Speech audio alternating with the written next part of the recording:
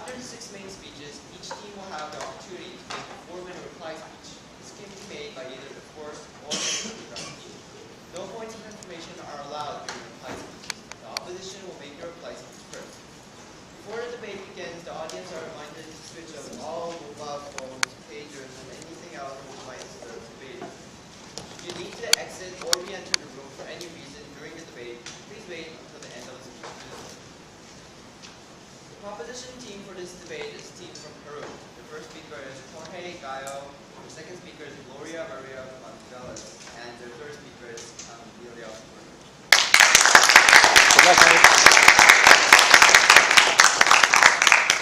For this debate, team from Korea, the first speaker is Seo Im, the second speaker is Albert Hong, and the third speaker is Lee Chang.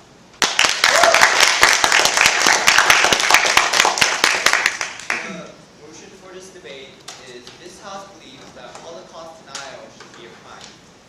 I will now call upon the first speaker for the proposition to open debate. Please welcome the Prime Minister of Peru, Jorge Gallo.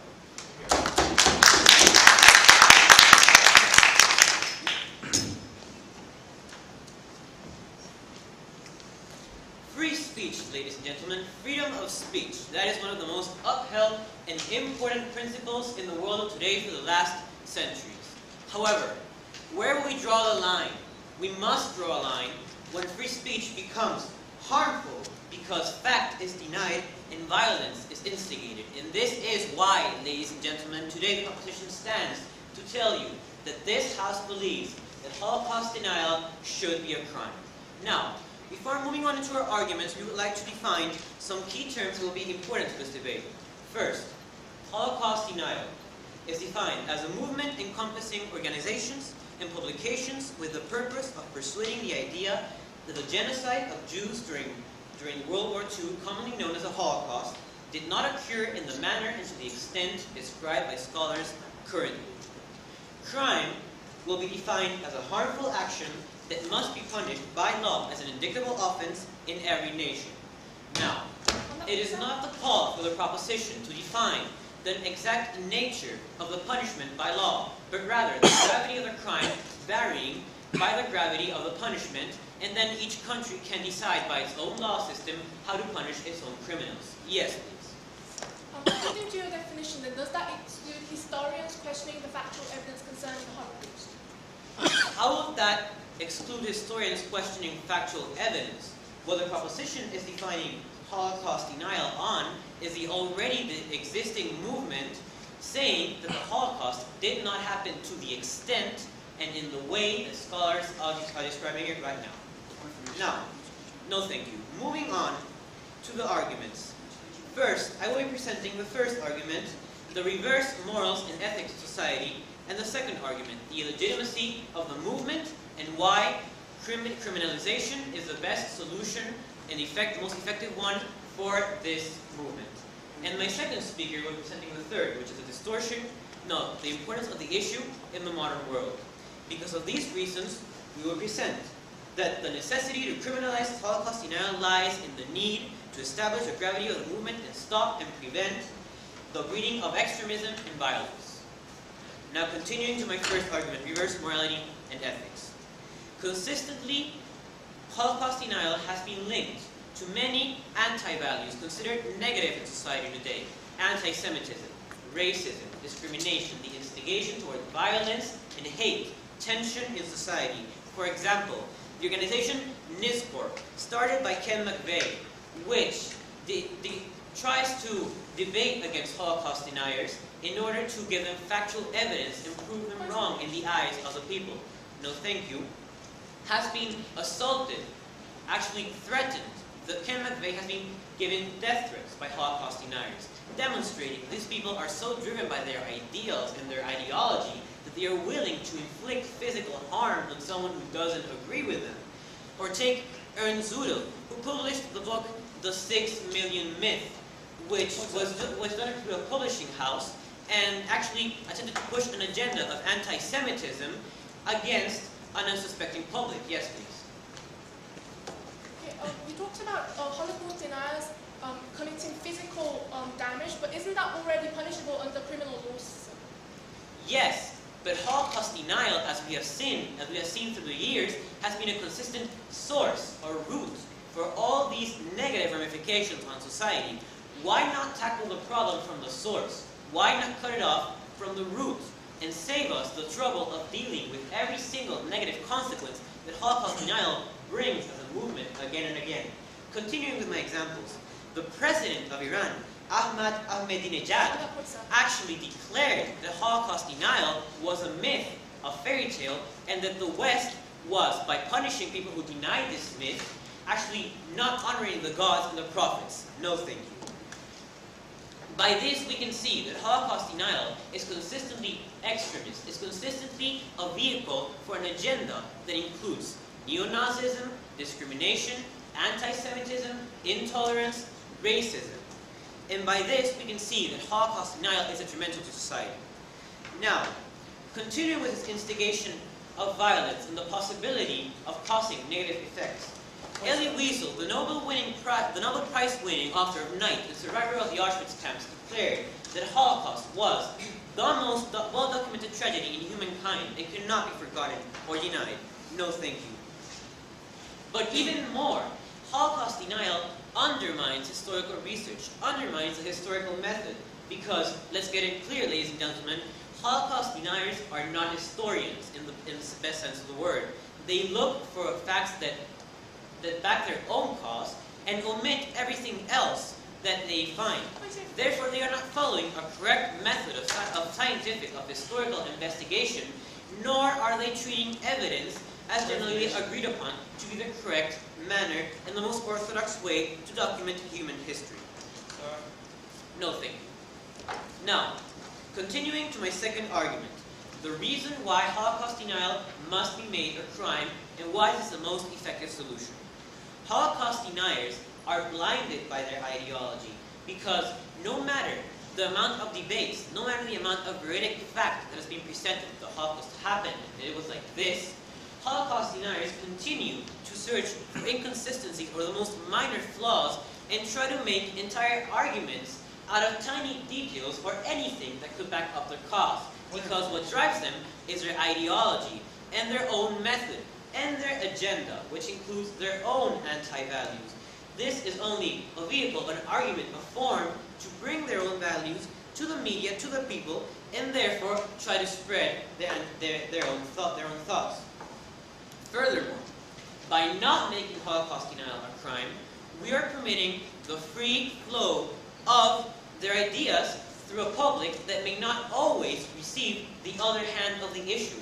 And considering that Holocaust deniers are an authority in society, have influence, have weight, already have a public that listens to them, as well as a potential public that could listen to them, we cannot permit Holocaust deniers to present their own conjectures as evidence, as factual, veridic, historical research that is at the same level of actual, veridic, historical research that takes everything into account. No thank you. Take, for example, the historian Eric Barnes. He used to be a very well-renowned historian and investigator of the World War I and II periods. However, towards the later years of his life, he went into Holocaust denial and took upon the ideology that the Holocaust did not happen to the extent that people describe it as today, scholars describe it as today. And by this, he went into obscurity. Why? Because he stopped following the correct method. He began to make conjectures and omit facts, and simply disregard anything that did not back up his own biased point of view.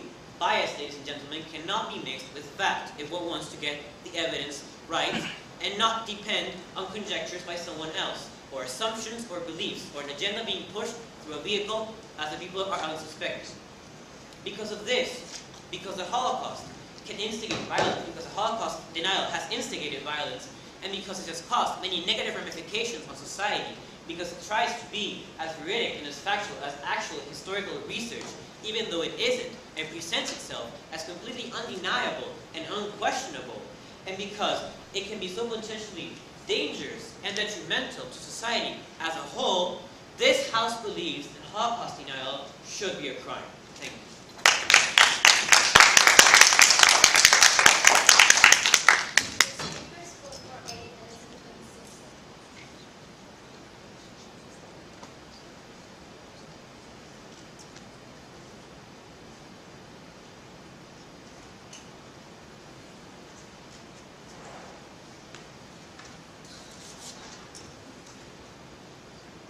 thank the first proposition speaker for the speech. Now to open the case for opposition, I call upon Saul to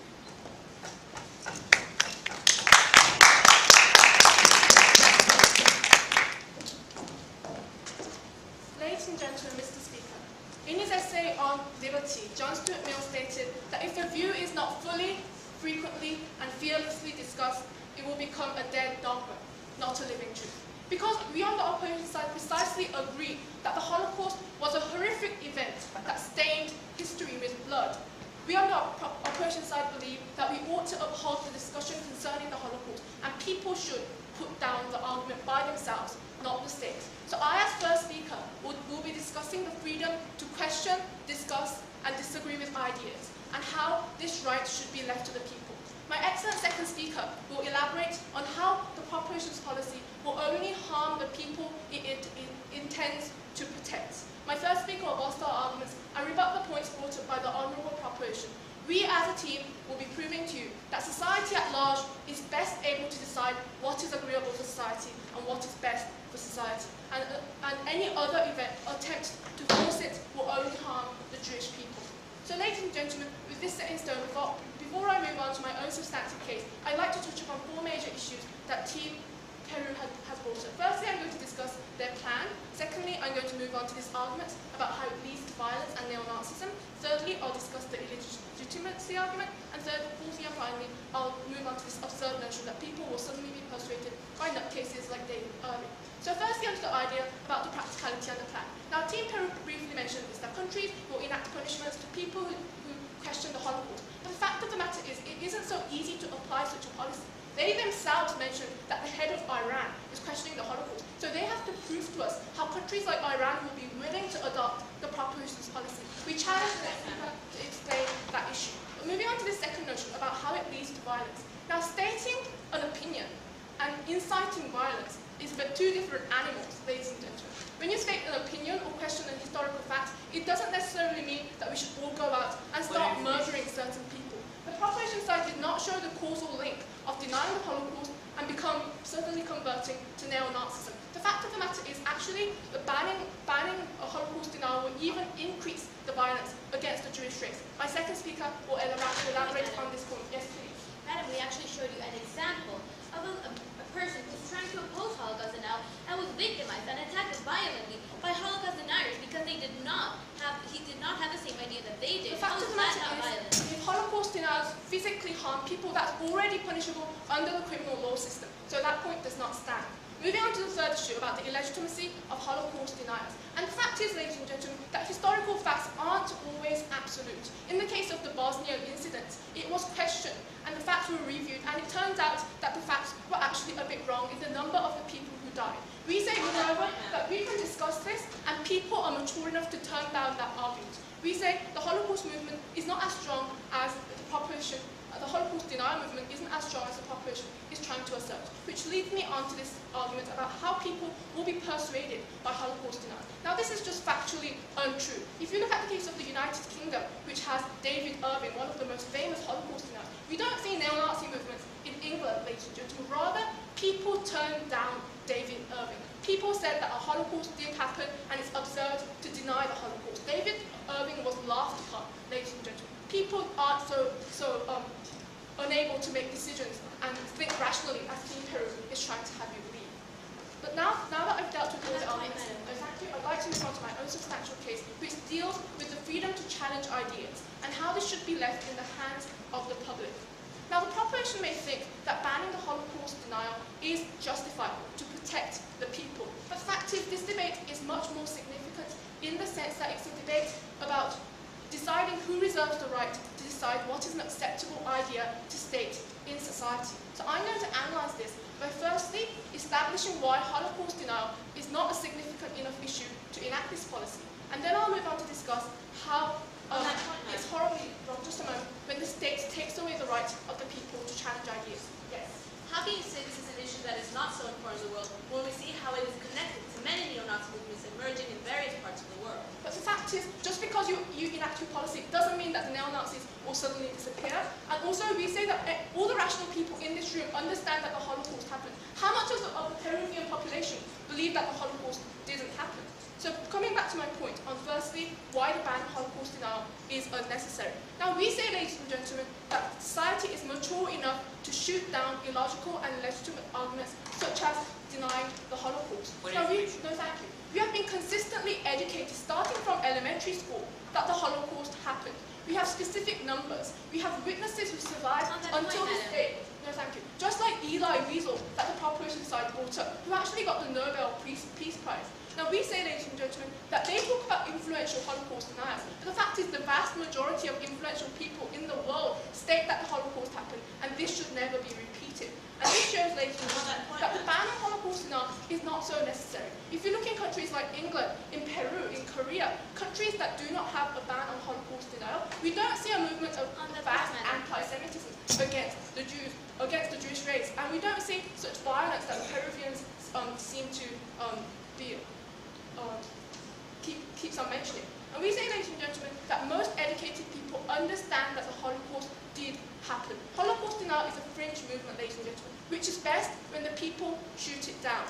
So I'd like to move on to the second aspect of how the people effectively shooting it down is better than the state taking away the right to challenge ideas. Now we understand, ladies and gentlemen, that when the state takes away the right to challenge ideas, they usually have a very posh justification. But the fact of the matter is that justification is not good enough to justify the fact that they are muzzling the people and oppressing them. Usually taking away the right to challenge ideas leads to oppression of the people. And we have a feast of empirical evidence to show this case, ladies and gentlemen. Firstly, I'd like to talk about Nazis and Hitler. Ladies and gentlemen, Hitler used the method that the Proposition is specifically proposing. He had a justification. He said he was trying to protect the German people against the Jewish race. And what happened, ladies and gentlemen? We saw the Holocaust happen, and we also saw people prosecuted for opposing Hitler. The fact is, ladies and gentlemen, when you take away the right of people to challenge ideas, it leads to state oppression. No, thank you. Another example of this is McCarthyism in the United States in the 1950s. This is actually quite surprising because the United States is considered a bastion of personal liberty, but this still happened. McCarthy prosecuted the people who questioned his witch hunt against the communists, and what this led to was an oppression of the people. And we see here in this example that the people were able to shoot McCarthy down. So, ladies and gentlemen, we say this occurred in cases of Mao Zedong, the Soviet Union during the Cold War, and even as recently as the Patriot Act after September 11. We say taking away the right of the people to challenge ideas is extremely dangerous, and once you get your right taken away, it's difficult to get it back. So we say, ladies and gentlemen, that the road to hell is paved with good intentions. The fact is, Team Peru may have a noble intention here of protecting the Jewish race and protecting society, but the fact is the policy that the Proposition is proposing will usurp the rights of the people to challenge ideas and move on to only harm the Jewish race. It's on these grounds on which we are very proud to oppose this motion. Thank you.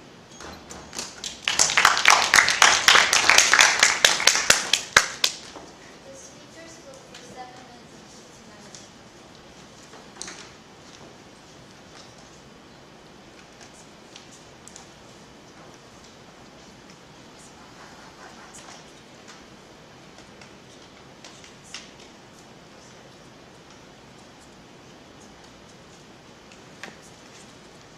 First up is the speaker for speech. Now, to continue the case for proposition, I call upon Gloria Carrillo.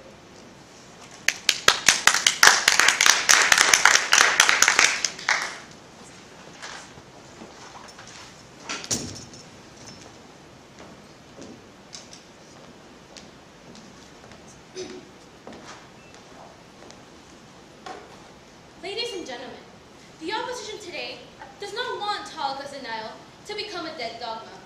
However, today the proposition will show you that it is essential that it does become a dead dogma, because it's a dogma that's being promoted through violence, through hate, and that does not have a solid basis of thought or challenge, ladies and gentlemen. So now let's start by refuting the main points that the opposition brought today. They stress this point that we did not present a clear policy. However, we have to understand that this motion is not calling for how you would criminalize it, but rather whether you should or you should not, as our case is going to show you today. We already tackled the point of it should be a crime, and the country will decide how they would wish to do so, ladies and gentlemen. Now, they bring about also this point that this violence that they have accepted is tied to the Holocaust denial movement is already punishable under law, and therefore it isn't necessary to have Holocaust denial criminalized. However, we ask you, if we are recognizing, both teams are recognizing this essential, intrinsic, no thank you, link between violence and the Holocaust denial movement, why not attack it at its roots, ladies and gentlemen? That is what the proposition is stressing today. If there is such clear recognition of where hatred, where violence, where discrimination is coming from, why not attack it? Now, they also mentioned this point that people in England did not support Irving, and so we show that the Holocaust denial movement is in fact really not that big of a deal. But why did they not support Irving? Because he was going to jail. They actually supported the fact that he was going to jail, no thank you, because they did not support the Holocaust denial movement. Now the opposition also seems to have this idea that, well, it's okay because we were taught in elementary school about Holocaust and we know how it really went about, so it's not like we're going to be influenced. But we ask you, do you think that the majority of the population in the world were actually, I'll take you in a second, sir, educated about the Holocaust? What about those people who are easily influenced by these movements that promote violence and that promote discrimination? Yes, sir. Can you prove the effectiveness of your plan when Holocaust denial was banned in Germany? In fact, neo-Nazi activists increased at a rate. Thank you, sir. Once again, stressing this point of the plan. We're not talking about how we would implement the criminalization, but rather than we should. And we should because it is linked intrinsically to violence and to hatred. And we will show you examples of this further on in our constructive case. Now, they also mentioned that if we do criminalize Holocaust denial, then the neo-Nazis are really not going to disappear, so why should we bother? Well, we're going to tell you today why we should bother, because we cannot just dismiss an idea like that, because it might not stop them, but it's going to prevent them, because we're attacking the problem at its roots. No, thank you. And we know that when you find a problem and you identify the root, that is the most effective way to tackle an issue. Once again, they also presented the idea of oppression and how we're going to be oppressing the people because they will not be able to express their freedom of thought and their freedom of idea. But I ask you, don't you think that it's greater oppression to let around these movements that are physically oppressing people, that are psychologically oppressing people? No, thank you. And not only that, but promoting this oppression, ladies and gentlemen. What these people bring about are not ideas. They say that they want the right to challenge ideas and the Holocaust, but they're not challenging anything. Because what Holocaust deniers do is they grab information to fit a preconceived notion. I'll take you in a second, sir. We fail to see how in any way a preconceived notion is discussion or challenging of any ideas. Yes, sir. How can you justify the causal link between listening to David Irving's book and reading about it and direct violence towards Jewish people? Sir, we're going to show you how the Holocaust denial movement encompasses many areas, publishings, as well as these neo-Nazi movements. So if we're going to criminalize the Holocaust denial movement, it's better to do so in its entirety, so that we attack more effectively the problem at its roots. Now, we would like to continue with a constructive case that the proposition will present today, focusing on the third and final argument, which is the importance of the issue in our world today. We're going to tell you why it's essential that we criminalize Holocaust denial today, with the first reason, which is the growing extremist movements. By not criminalizing Holocaust denial, ladies and gentlemen, we're making seem, no thank you, that the values that the Nazi regime had were less harmful than they actually were, because this is indeed what the opposition and what the Holocaust denial is trying to promote today. It thus looks acceptable for people to join these growing movements in different parts of the country. Movements that breed violence, no thank you. Movements that breed injustice, because there is in fact an intrinsic connection between the movement and the neo-Nazi groups and the Holocaust denial movement. And we're going to show you examples of this in the United States. We have the National Association for the Advancement of White People that is actually led by the KKK's David Duke, a man who's known for his promotion of violence. We also have groups like the Skinheads, who use violence systematically, and they have an average of 25 murders a year in the United States alone. And in fact, to join that group, the initiation ritual is to go and do a hate crime. No thank you. We also see that the neo-Nazi movements are growing in Latin America as a whole, particularly in Argentina, where in the 1990s, a growing trend started to occur, where the internet was used to promote anti-Semitic values and neo-Nazi ideals. We also see very recently, where in Chile, no thank you, neo-Nazis were trying to hold a conference where they invited neo-Nazis from Brazil, from Uruguay, from Paraguay, from Argentina, ladies and gentlemen. So we see that its movement is in fact growing. And only 2 months ago, there was a huge scandal in Argentina about increasing publication with neo-Nazi ideals in a magazine, ladies and gentlemen. We also see the movements growing in Europe, in the Netherlands, in France, in Italy, in Spain,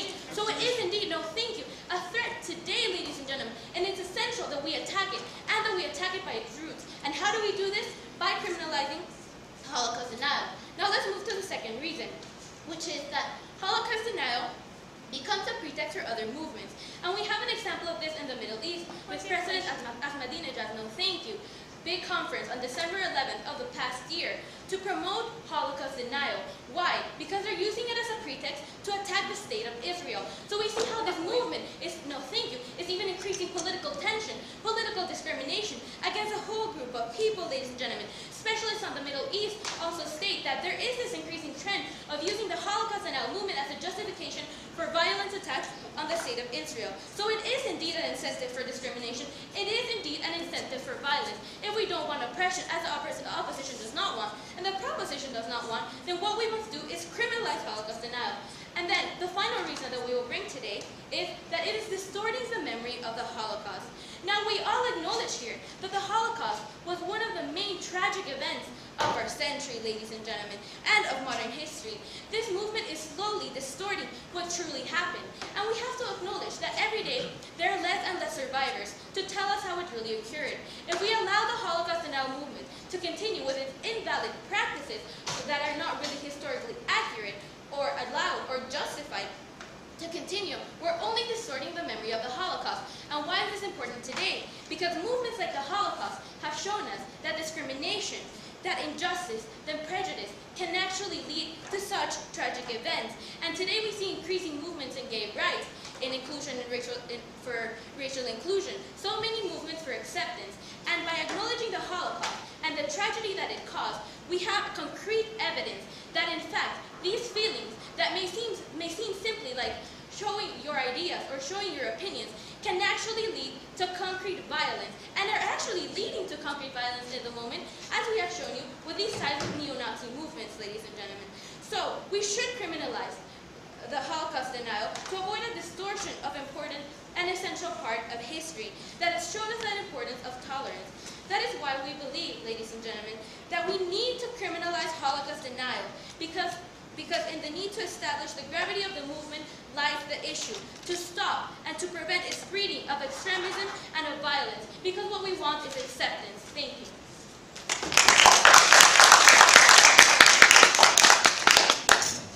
Speakers spoke for 8 minutes and 28.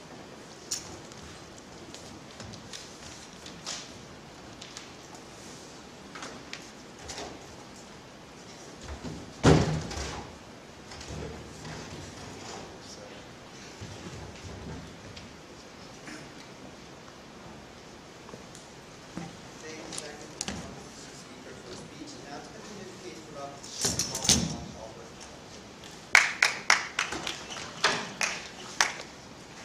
Ladies and gentlemen, we are here today to affirm that it is society at large that is best able to decide whether it's acceptable to it, and any attempt to force otherwise only harms the Jewish population.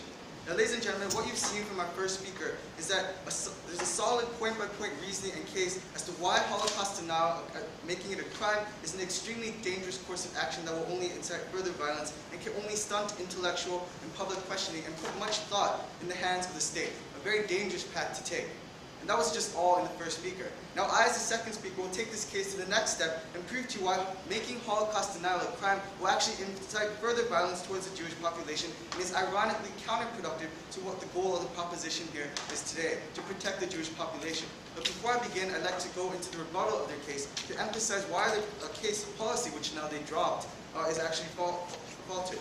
I like to emphasize the point that they initially proposed a policy on how to punish these crimes, but then later dropped it, saying that this isn't a policy at all. So as we can see, just from the drop of the policy, we see a weakness in their case. But going to the justification now, their first point was on how it linked to Holocaust denial was linked, was linked to anti-Semitism, violence, and hate. And they drew wild conclusions about how Holocaust denial will lead to naturally concrete violence, which I quote from the site, Now, why isn't it that every single listener of David Irving is calling for arms, firing guns at the Jewish population? There's no causal link between these, ladies and gentlemen. Not every single person that denies the Holocaust is necessarily there for violence. Now, they mentioned the neo-Nazism movement.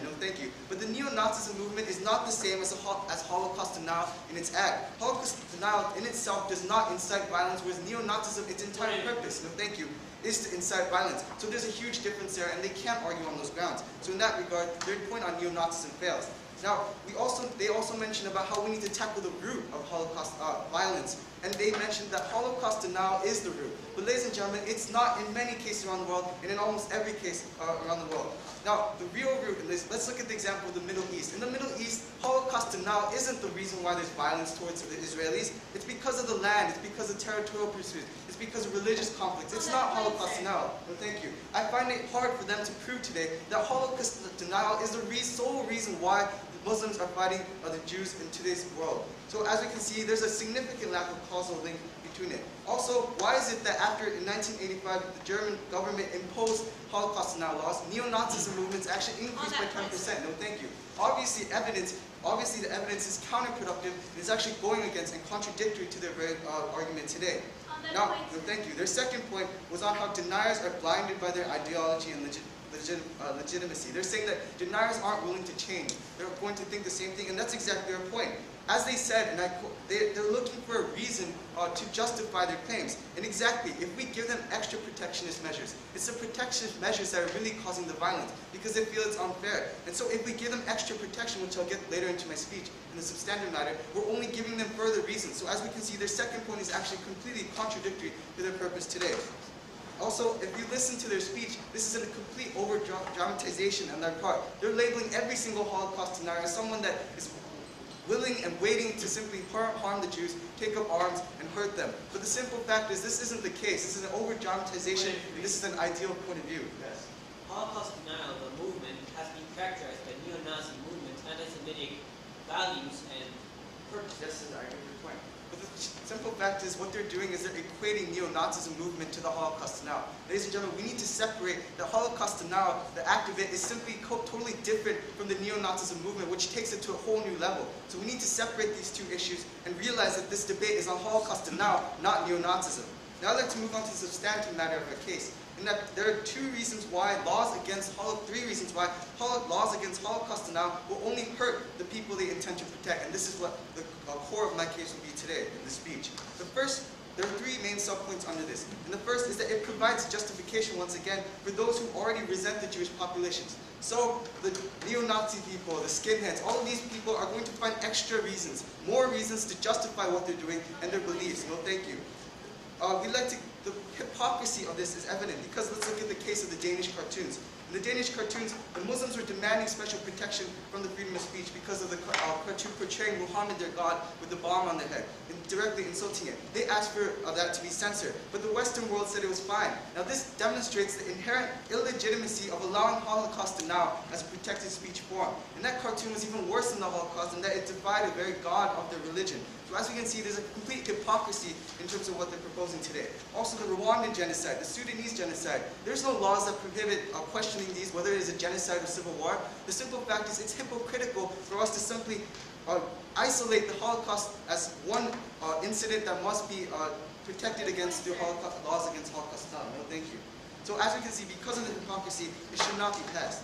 Now we also have to take, once again, the perspective of those who hate the Jew population on the side. We have to accept that there is a minority out there that is willing to hurt them, that is wanting to hurt them, and once again, by giving them preferential treatment, we're only furthering this. We're only accentuating and giving them further reason to actually carry out what they're trying to do. And this, because the law making a ban on Holocaust denial, no thank you, by imposing a law on Holocaust denial, we're blocking their very and only channel of expressing their feelings and emotions and beliefs. We force them to concede into frustration, which then leads into further violence. So ladies and gentlemen, as we can see, this is a completely counterproductive policy on the proposition side. Now I'd like to go into the second of these arguments, no thank you, which is that what this banning of Holocaust denial does is it forces those who are actually moderates and actually who believe in the Holocaust to actually concede and go to the side and align with the Holocaust deniers because of their belief in the freedom of speech, because of sympathy and attention to those who hate. It's a moderate society who represents the vast majority of people who deny the Holocaust, but when we ban the right for these signifying Holocaust denial, what we're doing is we're forcing them to align themselves with the Holocaust deniers because of the simple fact that they're infringing on the freedom of speech, which is another very valuable asset and value of these people. So as you can see, we're forcing them to do so. No, thank you. Now I'd like to give the example of Noam Chomsky, who actually believes in the Holocaust fully and to the full extent, but because of a recent incidents like David Irving, they're forced to actually defend these people who deny the Holocaust. They're forced to go to the other side and defend it because of the simple fact of the freedom to speech. And this is a huge problem. Also, Jewish people, they went to the Iran conference. People who believe in the freedom of speech, all of them transferred to the other side in order to defend these people, and this is the biggest problem. This is a huge danger. Now, the third and last point is that there's always a faction of society that's attracted to the fruit of the forbidden tree. And what this is once again exemplified by statistic on how after Germany passed the law in 1985, denying the right to deny the Holocaust, actually the neo-Nazi membership went up by 10%. So as we can see, there's a counter-revolution, and actually what this is doing is it's inciting further violence and harming Jews in the long run. So because of this reason, because it's actually increasing and fueling their justification, because it's giving them the fuel to actually embellish their movement and carry it out further, we can see that this is actually counterproductive and actually is harming the Jews furthermore. For these reasons, we beg to oppose. Thank you. The speakers will for 7 minutes and 51 seconds.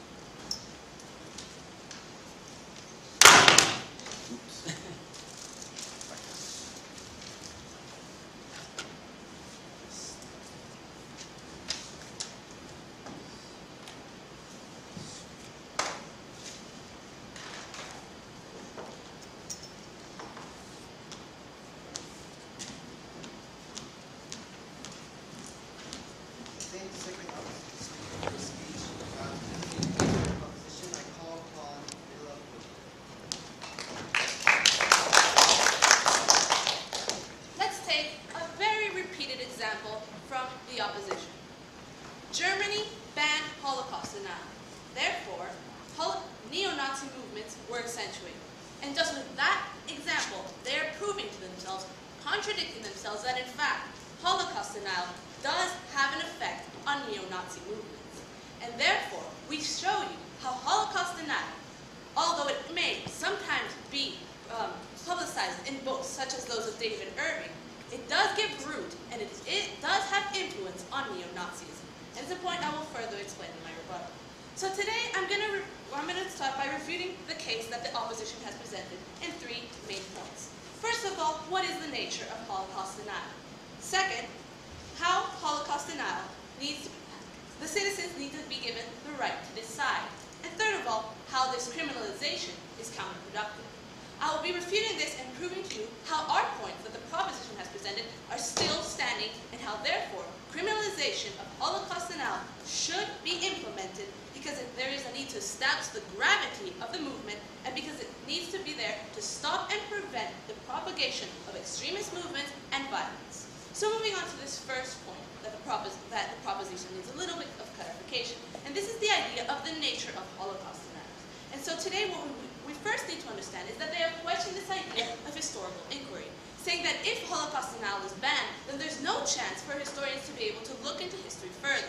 And what they're taking upon is this idea of historian revisionism.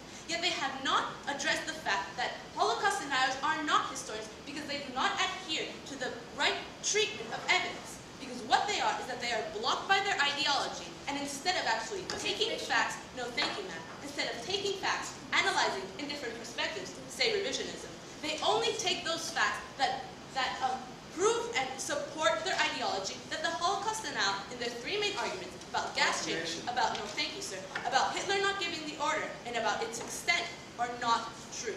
So therefore, we see how in fact Holocaust denial is not about the historians and looking into inquiry, it's about its violence and how it is a movement in itself that is not going correctly, that is a movement that's not, no thank you sir, that is illegitimate in its way that it goes about, so therefore it should be denied. But an also important thing about the Holocaust nature is this idea of roots to violence. Now they have already established with their example that in fact Holocaust denial does give influence into neo-Nazi movements, and how it can therefore, if it's still today and how we've seen how it's growing all around the world, it doesn't have an effect. Yet I'm also going to explain another example. We're talking about this conference in Iran.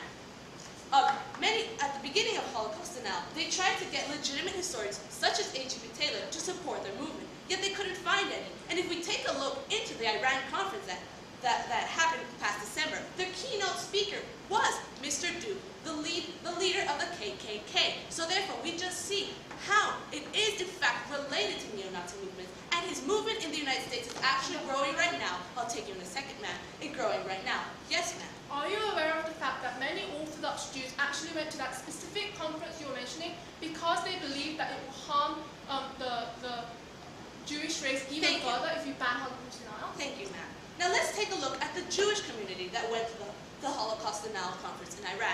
Now, why is President Ahmadinejad trying to have this conference? Because if the Holocaust does not exist, then Israel as a state is not legitimate. And there is a group of Jewish Orthodox that are against Zionism. And these are the Jewish communities that went to the Iran conference. Therefore, it's just showing you, no thank you, how Holocaust denial is linked to anti-Zionism and linked to neo-Nazism.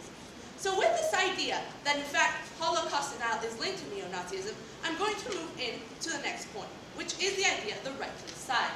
Now, what they're talking about is this idea of freedom of speech. And we've established in our first speaker that there's a difference between freedom of speech and the freedom of speech that we're talking about with Holocaust denial. Because there is a right to opinion, and we're not going against that. What we're going against is this movement that is not freedom of speech because it's denying actual fact and because it's incentivating violence. And once freedom of speech stops when it starts to harm others, and we've proved to you today how it is harmful. No, thank you, ma'am, because it's not only harmful to the Jewish community, as the proposition so wants to protect, as we are doing with the proposition, but it also harms those historians who are actually inquiring about history, because now those historians are afraid of being given the name as Holocaust deniers, when in fact they're actually looking at a different perspective, but taking into account all the evidence, not just those that support your ideology.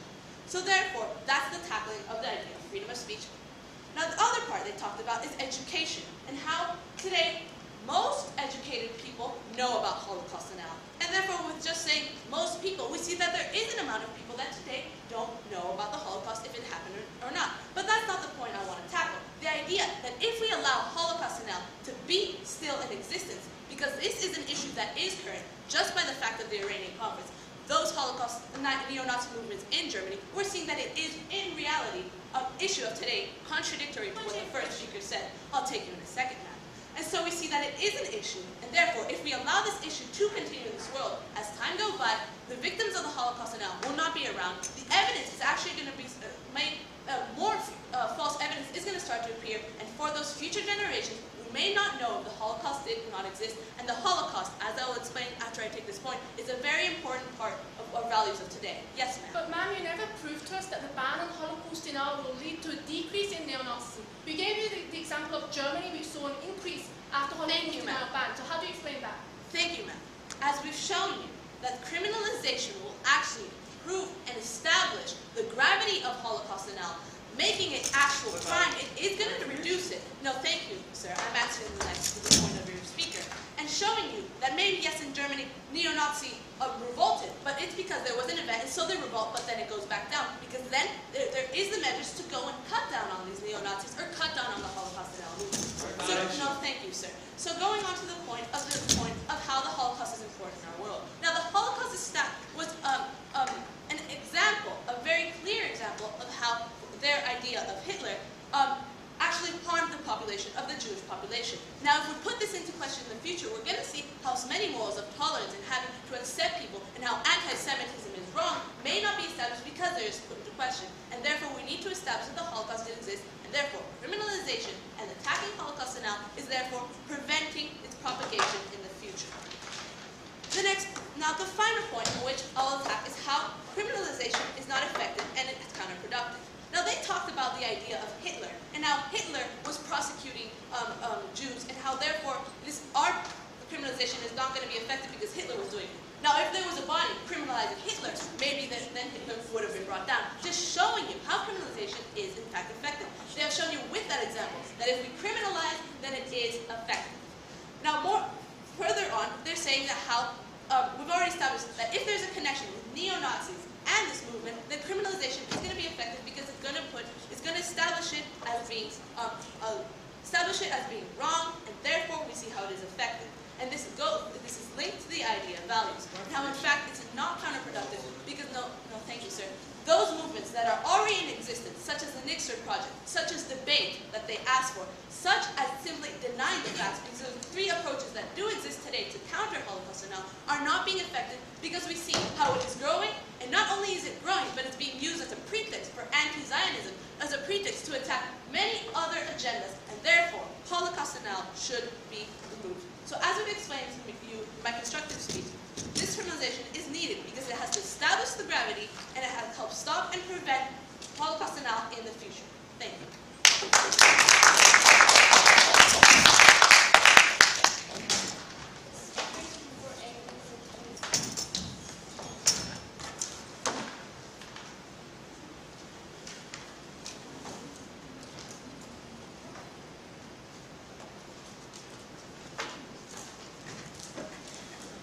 Thank you, third proposition speaker, for your speech. And now to continue the case for opposition, I call upon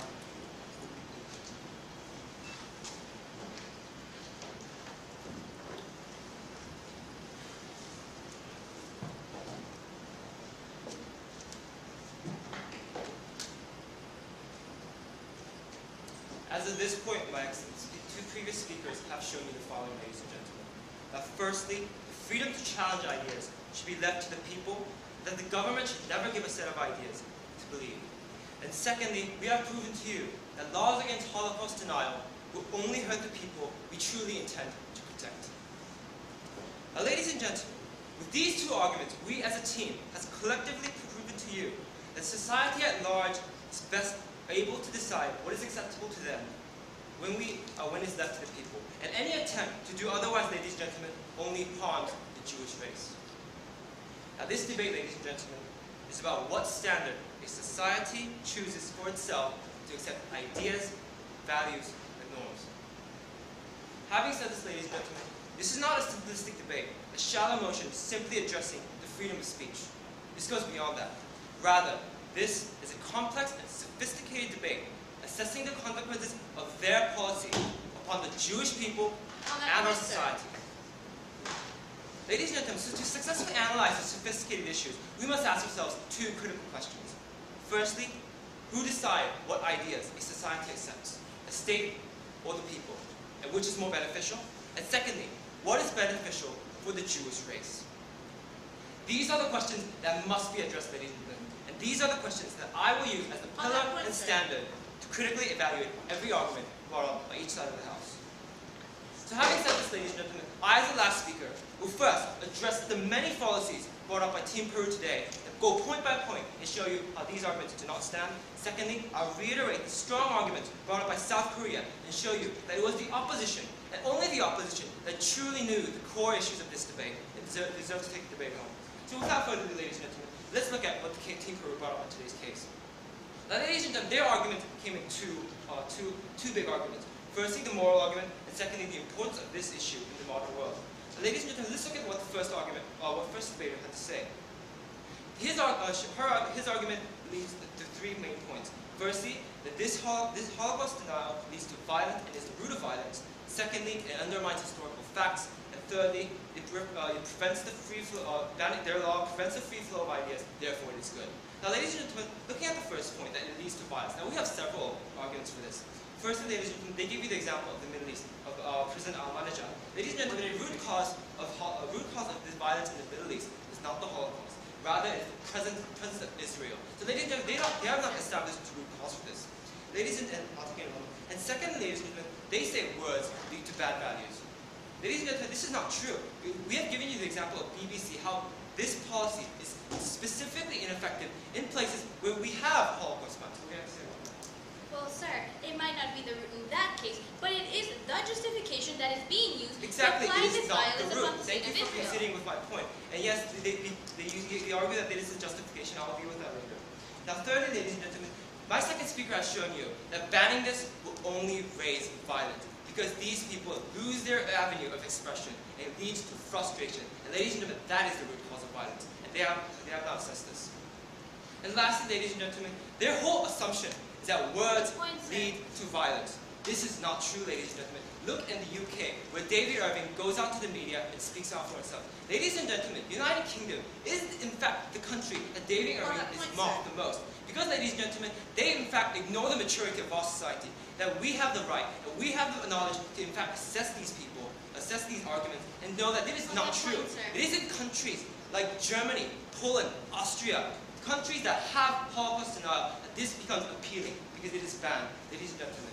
And we have given you the argument of the fruit of the forbidden tree, how it becomes more attractive, and they have not dealt with this. Ladies and gentlemen, on the second point, that it undermines historical facts. Ladies and gentlemen, not all Holocaust deniers are dumb as they claim it to be.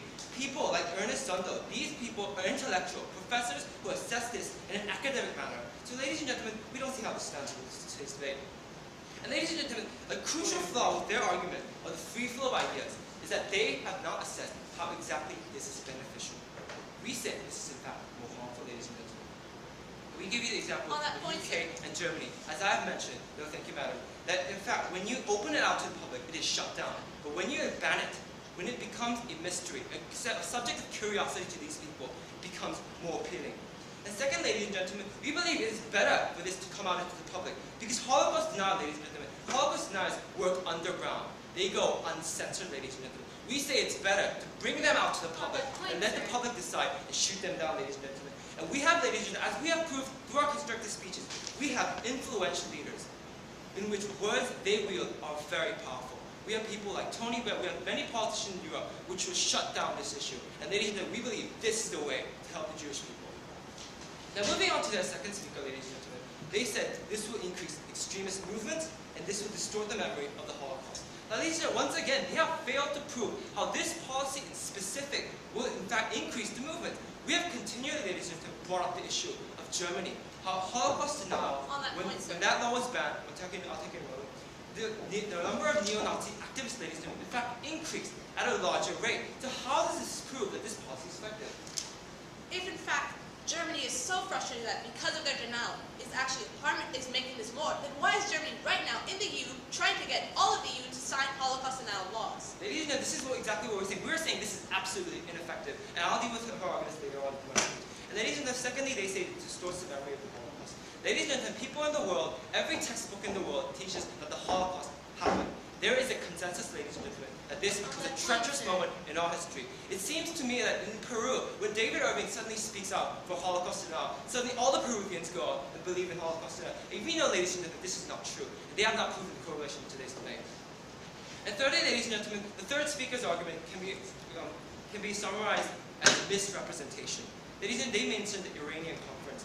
We mentioned to you, ladies and gentlemen, that Jews went there, specifically Jews, who in fact, on a normal basis, would accept that the Holocaust happened and promote it. They went there specifically because they believed that free speech and the right to expression should be attained.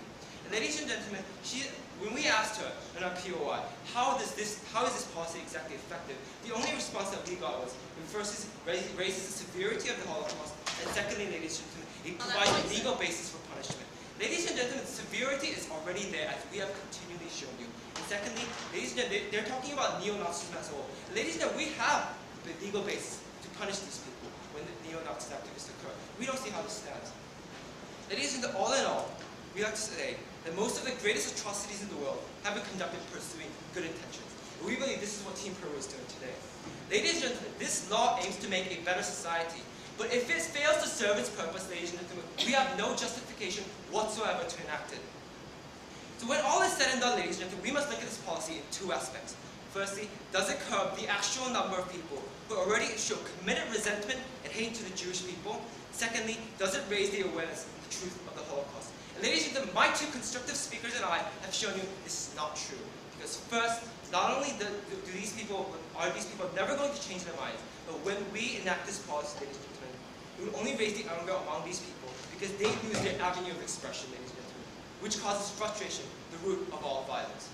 And ladies and gentlemen, secondly, this is absolutely unnecessary because there is a reasonable consensus in the world, and furthermore, it's detrimental because this law forces moderate experts such as Noam Chomsky to protect the right of minorities to express their view. So when it's all said and done, ladies and gentlemen, we strongly oppose this motion. Thank you.